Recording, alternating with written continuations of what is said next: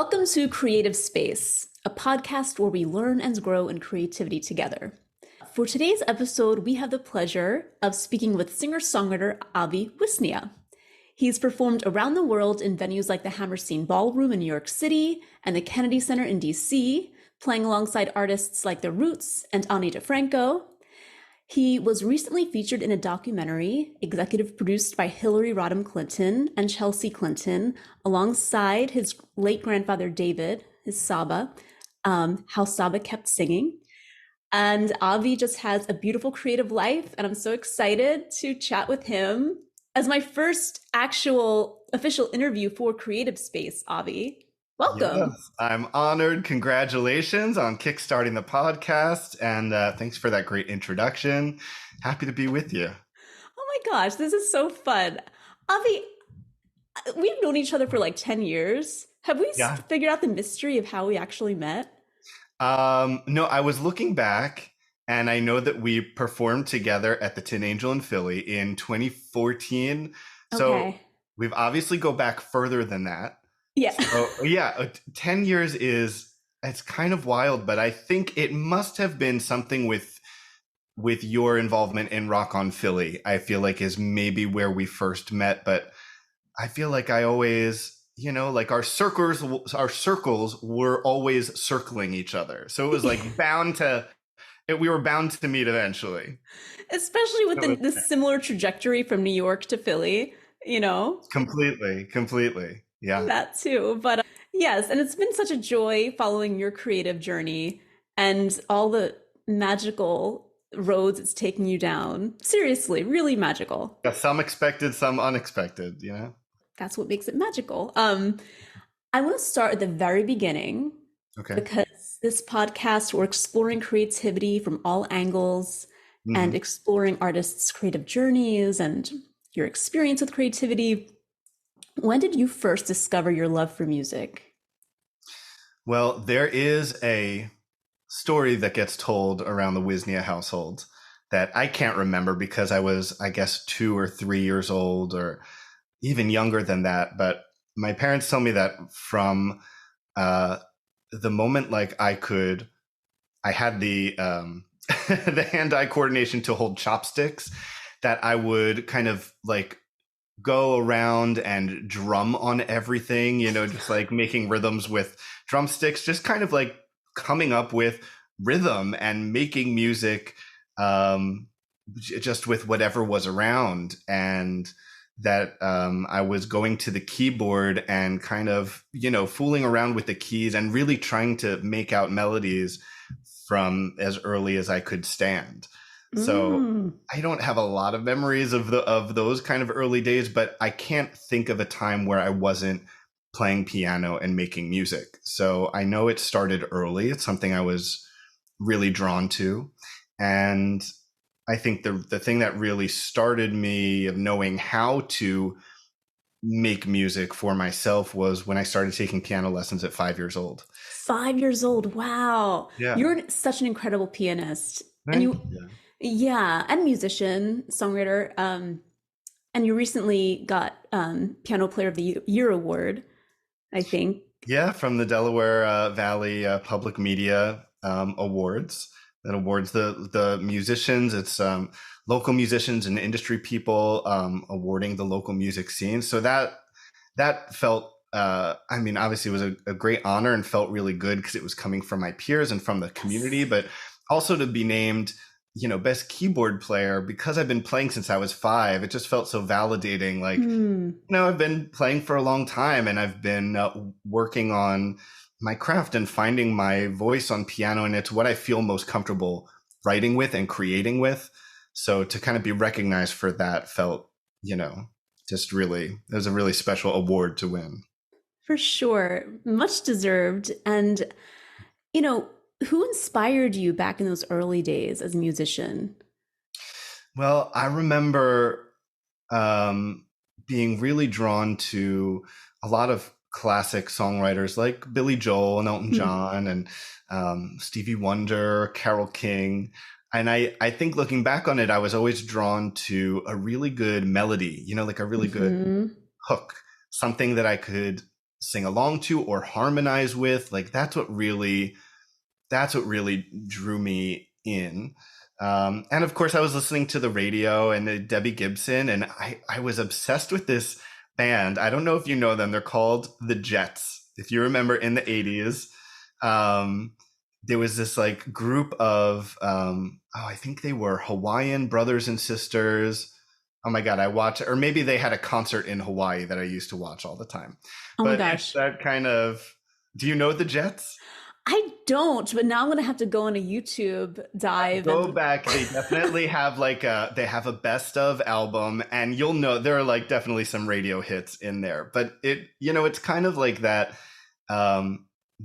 accessibility that music had, something you could really sing along with and sink your teeth into. But then there was also the real musicianship of those songwriters that I mentioned that made it not just a fun song to sing along to, but really interesting and did something unexpected with it. And I think that's what I got really, I think the person that excited me the most when I got a little older was Ben Folds, because he would do these things with the piano that was pop and accessible, but there was like a little bit of punk with it. He would like throw his bench at the piano, or he would incorporate classical music and kind of Scott Joplin stuff into his piano, just really turning on its head what I thought of was a typical singer-songwriter who used the piano.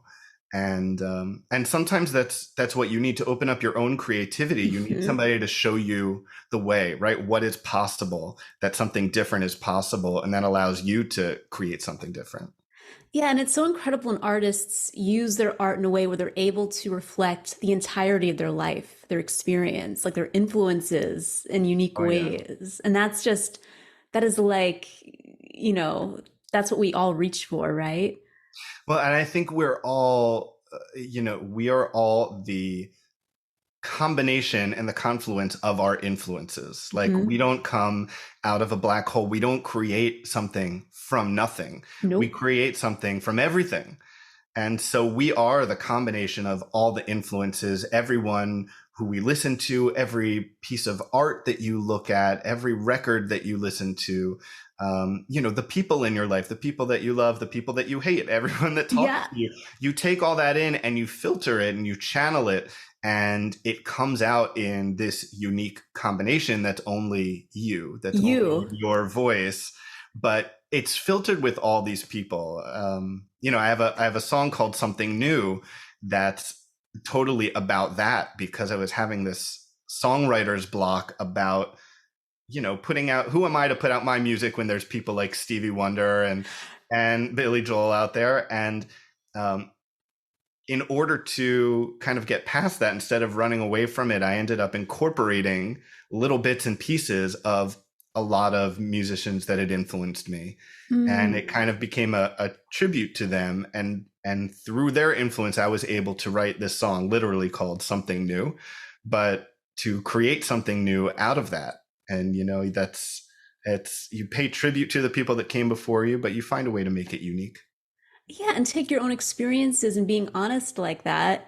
I can't think of, as an artist, I myself feel that. Like, who am I? We'll talk about this later, but especially when you have a hiatus from writing for a while, that insecurity that like kind of festers. Yeah, there's always doubt and self-reflection, and it's a twisty, winding road we lead being creative people. Yes. And then when we fight through it, there's a light at the end of the tunnel that other people latch onto and relate to. Like, that song is so relatable. And like, the world needs that. People need that. Yeah. And you have to fight through it, because the thing that I realized was the alternative to fighting through it is you you don't create. You don't put anything out. You retreat. God. I think, when you're a creative person, when it's your passion, you feel it. You feel like that I have to put something out into the world. I just feel that drive. And that's kind of what happened with the song. I was like, I have to find a way to just put something out, because yes, there are all these great people that came before me, but I want to participate in that. I want to be a Yes. voice in that conversation. I think I do have something to say. And sometimes the only way to find it is to start putting stuff out there and see if it feels right or not. And then you change and you mold with it. But you've got to just put it out there to start. To even start, for sure. This is a very open-ended question, but this is creative space. So, Avi, how would you define creativity? I know. Well, I think creativity is making something that doesn't exist, and it's not, again, not creating something out of nothing. It's creating something out of everything. But Mm. creativity is really that struggle to create something that doesn't exist before, and that's through your filter, or even if you're copying something, it can't be an exact copy, right? And when Like I a think cover of, song, yeah, a for cover song, instance. even if you're a cover band and you're trying Mhm. to play it exactly the same way that somebody else did, it will never be exactly the same. Because it's always filtered through you, and you're not that other person. And something, certainly, I mean, I love doing covers of people's songs, and one of the most fun things for me is taking it and reinterpreting it in a totally different way. Do a jazzy version of The Cure, or a swanky lounge version of TLC's No Scrubs, something Right, like right, that. right. Because it's so fun. You're also playing with expectations, but they're, there are such wonderful pieces of art out there that sometimes it's cool to play with that, something that's kind of already fully formed. Hmm. Um, but and I also, when I think of the word creativity, I just think of playfulness. Like, Yes. creativity is the ability to play and have fun, and that's a lot of what I associate with making music, is playing with other people and bouncing ideas off of each other. And you always find something that didn't exist before when you do that. Jamming, just getting in a room and making up songs or playing other people's songs. That inspiration, just that fun. It's having fun, and again, making something new. Oh my gosh, that's the best place for it to come from. Yeah. It's just the joy of Yeah. creativity. And I feel like the best things come out of that. Yeah, Just, creativity for me is joy. That's, and it should be joyful. Even if it's something painful, there's some mhm, joy in that. for sure. Especially when you're able to take something painful and turn it into something beautiful that other people can relate to and get them through their own experiences, that are similarly painful. 100%. Where do you think creativity comes from? That's Where does it come from? You know, uh well, we could talk about the existence of God or not, but there is something, and my dad's a rabbi. I come from a long line of clergy, right? So there's definitely, Judaism has something to say about that, I'm sure. But there's something transcendent about it, and I mean, use the word. I would even use the word divine, even though that Yes. might mean different things to different people. But I just think about another song I wrote called Rabbit Hole, where and this was, back in my college days, before I was performing out. So this is a song I still perform. It's on my albums, but you know, I had started writing it a long time before I was performing. And I just remember it was one night, there was nothing special about this night, but I just had these ideas for these lines, and I kept going to bed, getting in bed, getting ready to go to sleep, and then I would jump up, because another lyric would Huh. come to me, and I would write it down. I'd be like, okay, I got that out of my system. I'll go back to bed, and then another line would come. So it was almost like that, something divine, right? It was Yeah. almost like, am I doing this? I So dreamt a there's, song yeah. once. Like I woke up and I had this Mhm. chorus in my head, and it was a good chorus. Yeah. And I'm like, all the next day at work, I'm like, oh my God, like I gotta record this like right now. But it's Did you like, write it down? oh, we recorded it. Yeah, Okay, it's good. out, nothing left to say. Mhm. But I'm just like, I didn't do that.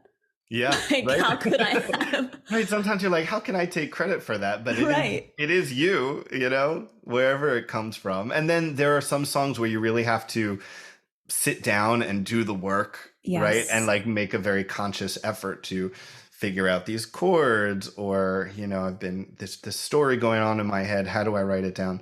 So some things take a little more time than others, but yeah, I think that ability to create is, I can't think of any other word for it other than divine. It's just something outside of us or filtered through us, that we create something.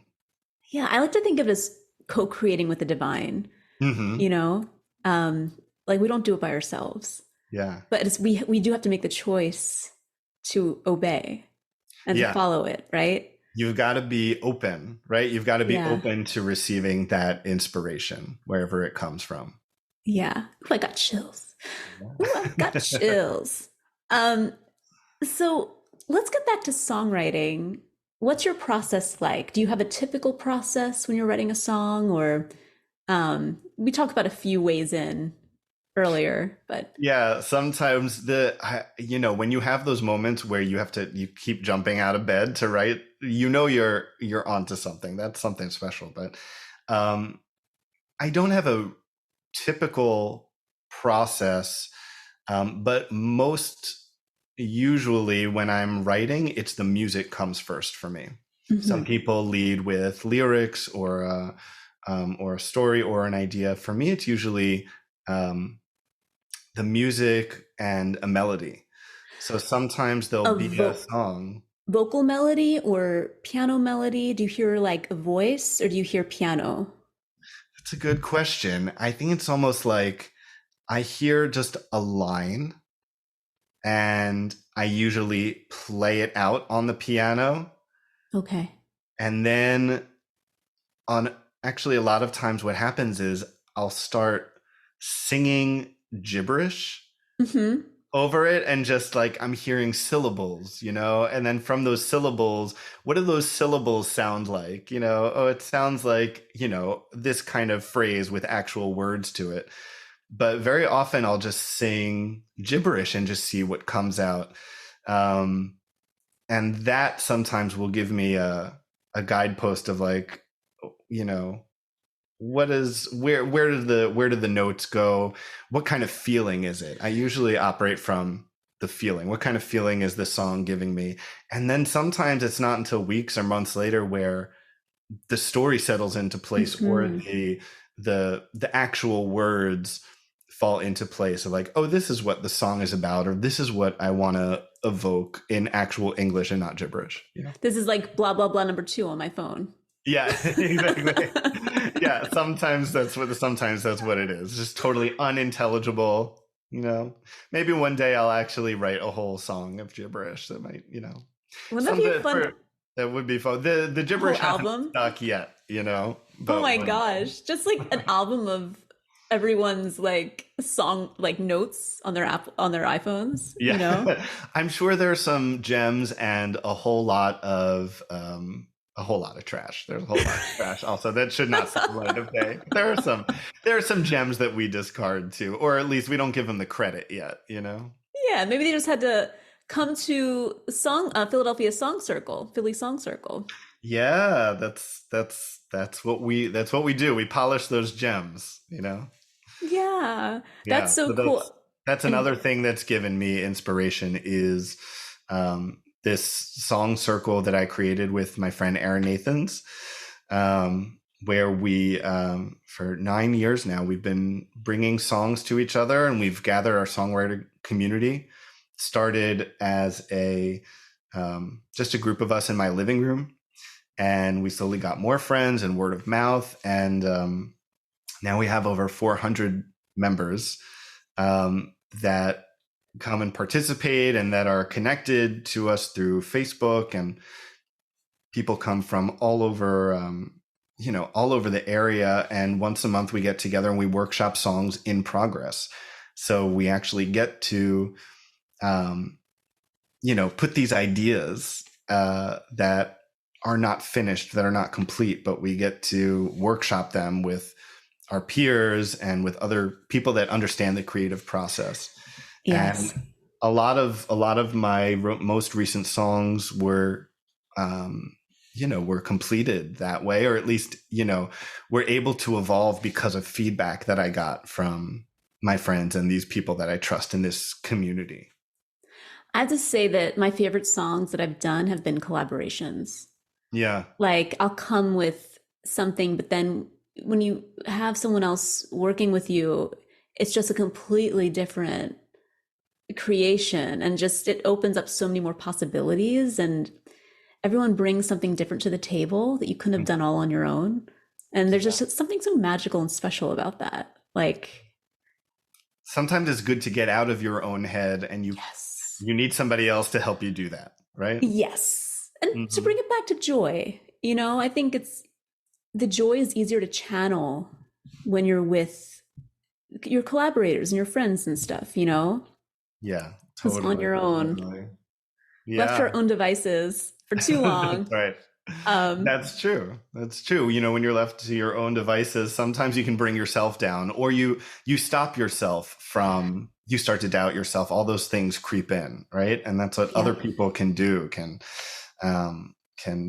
help pull us back out of that and keep us going.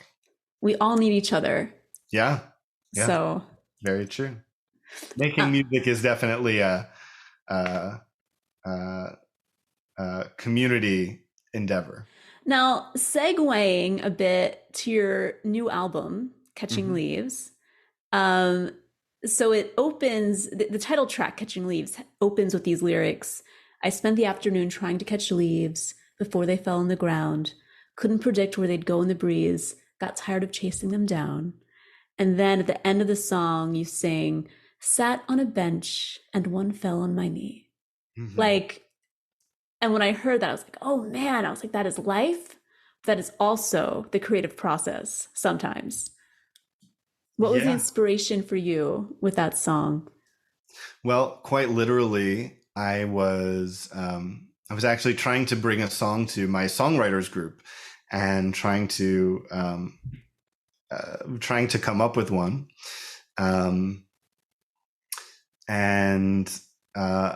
I would go to this park near my house in South Philly. It's Palumbo Park. It's this cute little pocket park next to the Fleischer Art Building. And it has this beautiful, colorful autumn mural painted on it. And it was like a beautiful fall day. And I was sitting on a bench, and I was literally just watching the leaves and taking in nature. And I find a lot of inspiration from nature and the natural world in general that works its way into my music. And I saw this pile of leaves, kick up with the wind and swirl around in this beautiful chaos. And I said, I want to write a song that sounds the way that looks. So I was literally writing about the leaves, but it's actually, the song is very much for me about, it is about finding inspiration and trying to grab it, trying to chase it. And sometimes that's, like an impossible feat. Sometimes you have to wait for inspiration to come to you. And that's what happened to me sitting on that bench. That leaf falling on my knee at the end is inspiration finally coming to me. Sometimes the things that we want, we can run ourselves ragged by chasing them down. But it's really not until we stop and take a breath and take stock of where we are and be present that life also happens, and realizations can happen, creativity can happen. Sometimes we're rushing around too much. Back to Catching Leaves, it's been 10 years since your last full-length release. So do you want to talk about that a little bit? Like what happened in that time? Yeah. I mean, a part of, relating to taking a pause and taking a moment, right? And needing to find your place and find your way back to creativity and the things you love. I was dealing with a lot of grief and a lot of loss in my family. And I don't think I realized it it took me a while to realize it, that what I needed was to take a step back. I lost my brother, who was 33 at the time. He's a little older than me.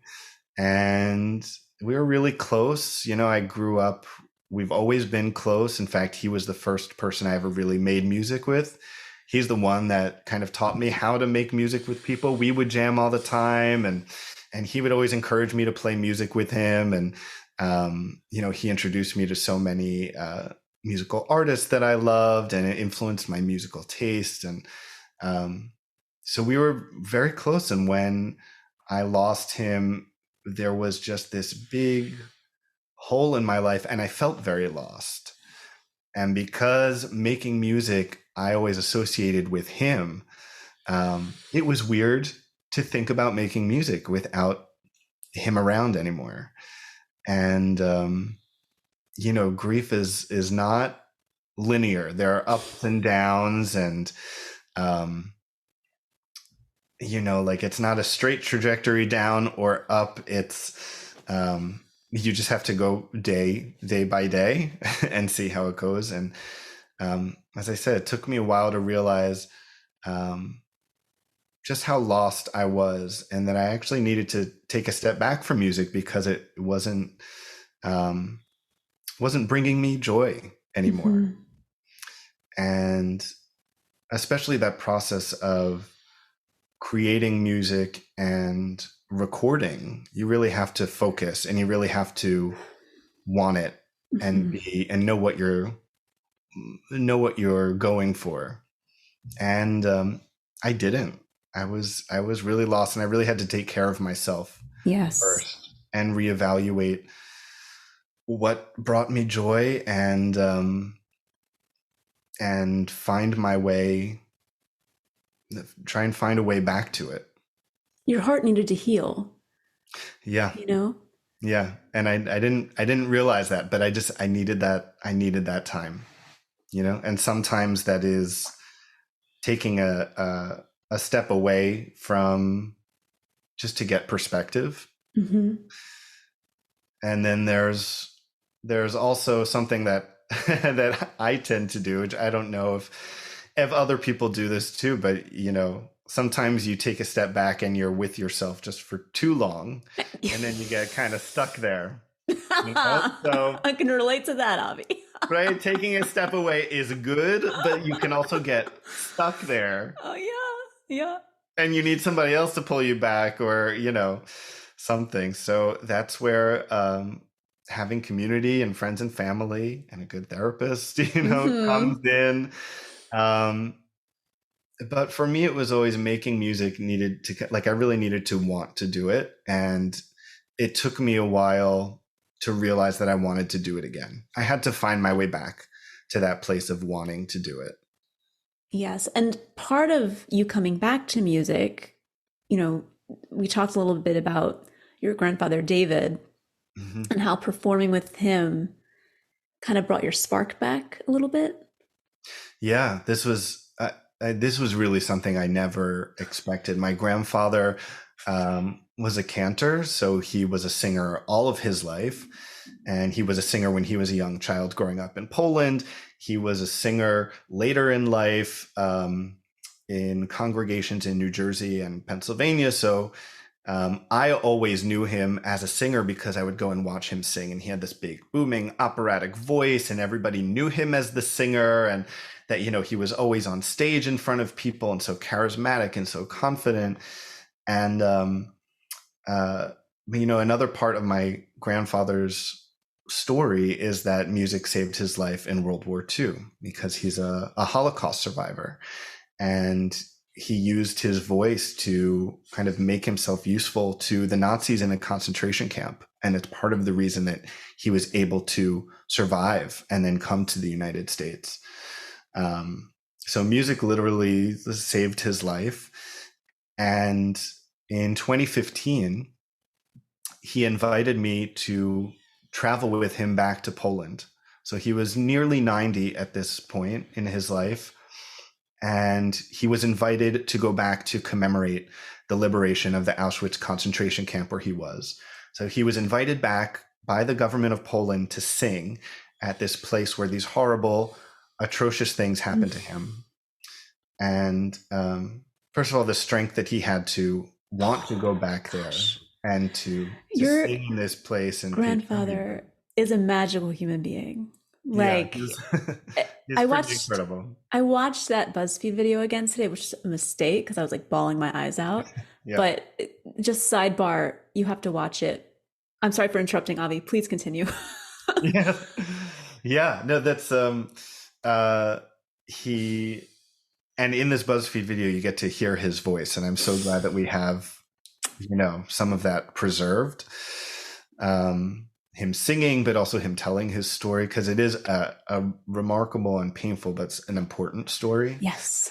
And so he invited me to go back to Poland with him to help him travel, because he was 90 years old, but also, as I had grown into my own musician, we started performing together. So I would go back and I would play piano for him. And being in Poland, in this place where these horrible things had happened to him, and he had overcome and found a way to move forward after all these horrible things. I mean, his family was killed, and along with so many other people, and the things that he saw and witnessed and experienced. And then I went and I saw him sing in full voice, knowing the life that he had created, and that he was still able to not only to make music, but that music was his gateway to talking about things that he wasn't able to talk about, or to express things that he wasn't able to express in words. It was his way of communicating to other people. It was his way of bonding with me through music and teaching me his music. And when we were kind of arranging music together, and he really inspired me that, and I heard it in his voice, that even the horrible things that he couldn't talk about, the pain was there and what he went through was there. And some things, I think I learned from him that some things you never move on from, you carry with you, but you move forward with them. Yes. And one of those vehicles, one of those ways to move forward is with music. And so I learned that from him, and I found my way back to music with him because I ended up performing with him and helping kind of coax out his story and learning some of his music and wanting to keep his music alive. So he would tell me his story, and we ended up performing more together and ended up doing programs where he would actually talk about what happened to him. And I was a part of that. I was able to help him with that. And it was through music, a lot of it, that would help propel the story. And then, I mean, it's just such a beautiful, from something so painful, all these years later, you were able to bond with your grandfather in this way, like, and to travel together and to create something together that's making an impact on so many people's lives, like, it's the most incredible story. I mean, I can't get enough of that video, and the documentary that got premiered a few months ago at the Hot Docs Film Festival. Yes. How Saba kept singing. I mean, I'm not sure if you want to talk about that at all, but it's just so moving. Yeah, I mean, I'm so grateful that the documentary exists, because the documentary follows the last time that we went back to Poland together. And it's the last trip that he ever took. He passed away last year in the middle of COVID from not COVID related complications. But it was in the middle when we couldn't travel anywhere. So the last thing that we did when the world was open, was travel to Poland and go and do these performances where he grew up, and do these performances back at Auschwitz and commemorate At that point, it was the 75th anniversary of the liberation of Auschwitz. And to have all that recorded in this documentary, you hear his story and his music, but you also get to see the two of us making music together. And I get to see him talk about what that means for him, which is just really meaningful for me. And to know that his voice will always be preserved. When I was watching that documentary, like there he was, like alive and singing again, and that's something beautiful too, that I feel like as creative people, we create something and put it out into the world, and hopefully, and now, with videos or albums or anything digital that's out there, like you create something and it's out there for people to interact with, and hopefully it will be long after we're gone. But you can't help but change the world by putting something out there like that. So you've got to put it out, no matter how painful, no matter how hard it might be, because the other side is so much better. Because I just think your story with your grandfather's like the most beautiful thing I've heard in a long time. So I hope people listening to the podcast get to learn more about that too. And you have a website dedicated to this project. Do you want to say the name of that in case people are interested? Yeah, the website is called My Polish Wisnia. And you can find it it's a part of my website, aviwisnia.com, because I started blogging about our travels together, just making these little posts. And I was so amazed at how just how impactful it seemed to be to people, just the response that I got from these posts of people following us and so interested in my grandfather's story and what we were doing and tracing his steps and the music we were making together. So I knew I wanted to put all of these posts and kind of the journey of the many trips that we took to Poland together. So yeah, that's on my website, and I called it My Polish Wisnia because my last name is Wisnia, and in Polish, Wisnia actually means black cherry. So it's like a flavor. Okay.